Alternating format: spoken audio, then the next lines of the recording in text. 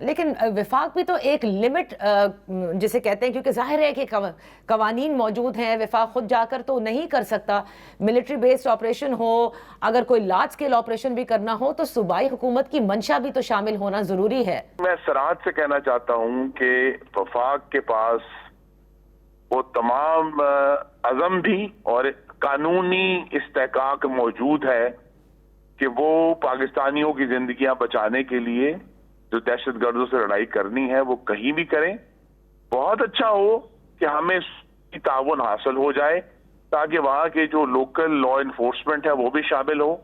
لیکن اگر وہ نہیں ہو، سیاسی وجہ سے نہیں ہو رہے، ان کی کوئی اور اصولی پالیسی نہیں ہے، وہ سیاسی طور پر مخالفت کرنا چاہتے ہیں، لیکن وفاق بہر صورت اپنا ایکشن کرے گا. دوسرا انہوں نے ابھی بتانا ہے، ہمیں ڈیمونسٹریٹ کرنا ہے پوری قوم کو جی کہ کیا مذاکرات کے ذریعے دہشت گردوں سے نمٹا جا سکتا ہے. کیونکہ پاکستان کی پچھلے 12 سال کی تاریخ یہ کہہ رہی ہے کہ دہشت گردی کے خلاف صرف فوجی آپریشن کامیاب ہوئے ہیں، پورے ملک میں کہیں بھی مذاکرات کے ذریعے دہشت گردی سے لڑنے میں کامیابی نہیں ہوئی اب تک. اچھا، تو خرم صاحب اب دیکھیں ایک اور معاملہ ہے، اور وہ معاملہ ہے، ظاہر ہے کہ 8 فروری کے لیے پاکستان تحریک انصاف اپنی اسٹریٹ موومنٹ کو گیئر اپ کر رہی ہے، اور گزشتہ رات بھی جو ان کا پولیٹیکل کمیٹی کا اجلاس ہوا، جو خبریں اب تک سامنے آئی ہیں اس میں یہی ہے کہ احتجاج کی پالیسی کو برقرار رکھا جائے گا، خصوصاً جبکہ عمران خان صاحب کی صحت سے متعلق جو تشویش ان کو لاحق ہے، جس طرح سے حکومت نے خفیہ رکھ کر عمران خان کو پمز بھی لے کر گیا ڈیالہ سے، پھر واپس بھی بھیج دیا، اور 5 دن کے بعد سامنے آ کر کہا کہ ہاں جی ہم نے ان کا طبی معائنہ ہوا تھا اور پھر علاج کر کے اور ان کو واپس بھی بھیج دیا ہے. دیکھیے یہ وہ لوگ ہیں جو دو نہیں ایک پاکستان کی بات کرتے تھے، اور اب بانی چیئرمین کے لیے ہر قسم کی غیر معمولی پریویلیج کا مطالبہ کرتے ہیں.